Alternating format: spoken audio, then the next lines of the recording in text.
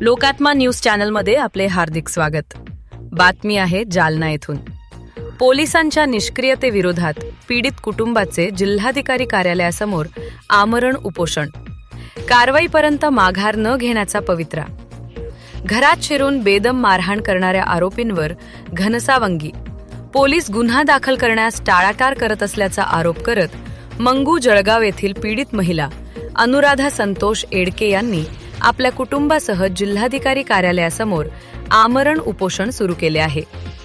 जोपर्यंत दोषींवर कायदेशीर कारवाई होऊन गुन्हा दाखल होत नाही तोपर्यंत उपोषण सोडणार नाही असा आक्रमक पवित्रा उपोषणकर्त्यांनी घेतला आहे। नेमकी घटना आणि पोलिसांची भूमिका। मिळालेल्या माहितीनुसार 15 मार्च 2026 रोजी सकाळी 9 वाजेच्या सुमारास मंगू जळगाव येथील धर्मा भालेकर याने अनुराधा एडके यांच्या घरात घुसून त्यांना व त्यांच्या कुटुंबातील सदस्यांना भाऊ श्रीराम कांबळे, आई सुशीलाबाई आणि वडील अंबादास कांबळे बेदम मारहाण केली होती। या गंभीर घटनेनंतर पीडित कुटुंबाने घनसावंगी पोलीस ठाण्यात धाव घेतली, मात्र पोलिसांनी गुन्हा दाखल करण्यास नकार दिला। इतकेच नव्हे तर तक्रारदारांनाच उद्धटपणे बोलून पोलीस ठाण्यातून हाकलून लावल्याचा आरोप पीडितेने निवेदनात केला आहे। प्रशासकीय दिरंगाईमुळे उपोषणाचे हत्यार। या प्रकरणी 17 मार्च रोजी पोलीस अधीक्षक कार्यालयातही दाद मागण्यात आली होती, मात्र महिना उलटूनही कोणतीही ठोस कारवाई न झाल्याने अखेर पीडित कुटुंबाने 20 एप्रिल 2026 पासून जिल्हाधिकारी कार्यालयासमोर उपोषणाचे हत्यार उपसले आहे। सोमवारी सकाळपासून हे कुटुंब न्याय मागण्यासाठी भर उन्हात उपोषणाला बसले आहे। आरोपींकडून धमक्यांचे सत्र।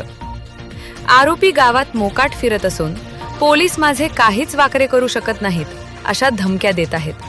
पोलिसांच्या या भूमिकेमुळे आमच्या जीवाला धोका निर्माण झाला आहे अशी भीती अनुराधा एडके यांनी व्यक्त केली आहे। जिल्हा दंडाधिकाऱ्यांचे पोलिसांना आदेश। दरम्यान या प्रकरणाची दखल घेत जिल्हा दंडाधिकारी कार्यालयाने 16 एप्रिल रोजीच पोलीस अधीक्षकांना पत्र पाठवून चौकशीचे आदेश दिले होते, मात्र प्रत्यक्ष त्यावर कोणतीही हालचाल न दिसल्याने पीडितेने उपोषण सुरू ठेवले आहे।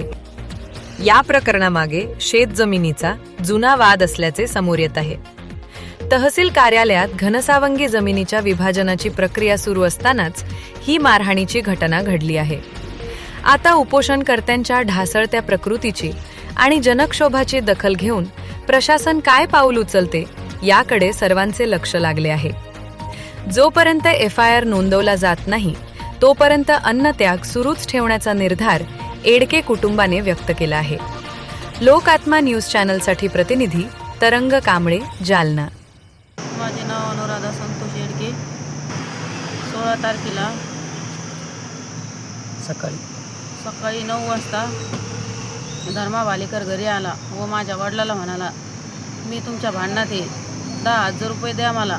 माझे वडील नाही म्हणले। मग त्याने हाणमार सुरू केली व शिवेगाळ केल्या व माझा डावा हात धरला।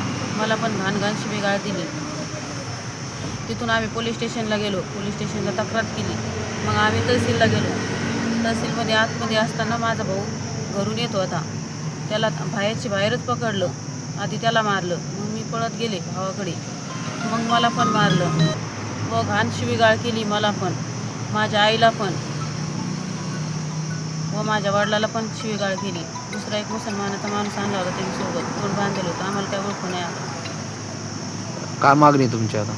आम्हाला न्याय द्यावा। नमस्कार, मी मंगू जळगाव येथील रहिवासी असून तालुका घनसावंगी, जिल्हा जालना। येथील रहिवासी असून माझी ही जमीन कृष्णानगर राणींच्या गाव शिवारात गट नंबर 463 मध्ये आहे। पूर्वीपासून 4 एकर जमीन माझ्या नावावर होती। कालांतराने पुढे आता भाऊजाईंनी कट रचून ती जमीन माझ्या नावावर फक्त 1 हेक्टरच ठेवली आहे। वरील जमीन परत तिने समाजक्षेत्र करून घेतलेलं आहे आणि आता सह्या देण्यासाठी ती येत नाही आणि देत बी नाही, आणि ती म्हणते मी जमीन देणार नाही म्हणते। बरं, मला सांगा, तुमची जमीन कमी झाली यानंतर तुम्ही काय केलं? मी सांगतो ना, आता मी त्याच्यानंतर पहिलं तहसीलदार साहेबांना निवेदन दिलं. त्यांनी तारखा ठेवल्या, पण प्रत्येक तारखेला ती बाई हजर झाली नाही. शेवटच्या तारखेला तिथं आली तर दोघंच आले का म्हणे आम्हाला आमच्या घरी लग्न आहे म्हणे, आम्ही येऊ शकत नाही म्हणे, सह्या देत नाही म्हणे. मग साहेबांनी परत 1 महिना तारीख लांबवल्यानंतर मी 1 महिन्यानंतर परत तिथं साहेबाकडे गेलो तर ते म्हणे की आता ते लोक काय येऊ शकत नाही, तुम्हाला काय करायचं ते करून घ्या. मी तिथे परत तारीख देऊन उपोषणला साहेबापुढं बसलेलो. 3 दिवस उपोषणला बसल्यानंतर त्या साहेबांनी मला आश्वासन दिलं की पुढच्या तारखेला मी सगळं काही करून देतो म्हणे, आता तुम्ही काय उपोषण करू नका म्हणे. मला उपोषण सोडायला त्यांनी हे केलं. आम्ही उपोषण सोडून घरी आलो. तारखेला परत गेलो. तारखेला गेलो तर परत ते दोघंच आले तर सकाळी पहिले गावात आले. ते दोघंजणं आले तर सकाळी धर्मा भालेकरनी फोन केला की मला तुम्ही 10,000 रुपये आधी आणून द्या म्हणे, नाही ते मी जमीन तुमच्या नावावर होऊन देत नाही म्हणे. मी त्यांना इथं आणलेले. म्हणलं तू कशाचा पैसे मागतो, काय मागणार. मग तो परत आमच्या दारी येऊन त्याने मला 10,000 रुपये देतात का म्हणे, नाही तर म्हणलं ना की लगेच त्याने माझी गचूर घेऊन मला तिथेच तोंडामध्ये मारल्यानंतर माझी मुलगी धावत आली. तू का मारतो म्हणून त्याला म्हणू लागली. तर त्याने तिलासुद्धा पोटामध्ये फायटिंग मारल्या.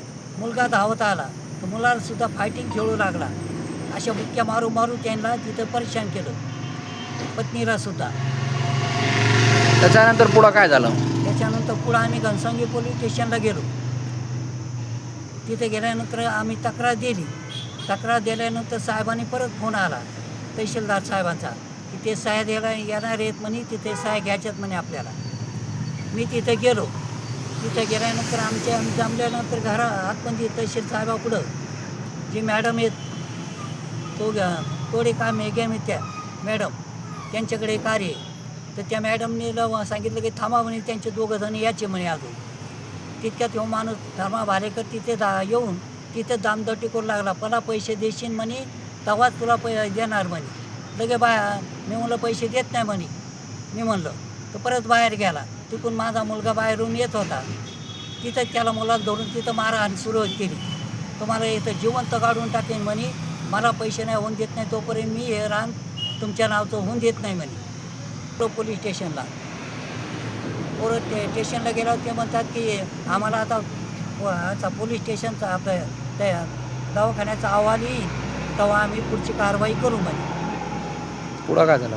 पुढं म्हणे जा म्हणे घरी. आता घरी जाय म्हणल्यावर मग आम्ही घरी आलो. घरी आल्यानंतर दुसऱ्या दिवशी परत ते धर्मा भालेकर यांना शेतामध्ये मुलीला पत्नी पाणी धरलं शेतामध्ये. संध्याकाळी पाणी धरताना तिथे येऊन परत धमक्या देऊ लागला. बरं, आता तुमची मागणी काय? आमची मागणी फक्त की आम्हाला क्षेत्र मिळावून त्या असणाऱ्या नराधमाला असणाऱ्या त्या गुंडाला त्याच्या कर्माची शिक्षा तात्काळ देण्यात यावी. तुमचं नाव? अंबादास जिजाभाऊ कांबळे, राहणार मंगू जळगाव, तालुका घनसावंगी, जिल्हा जालना इथे.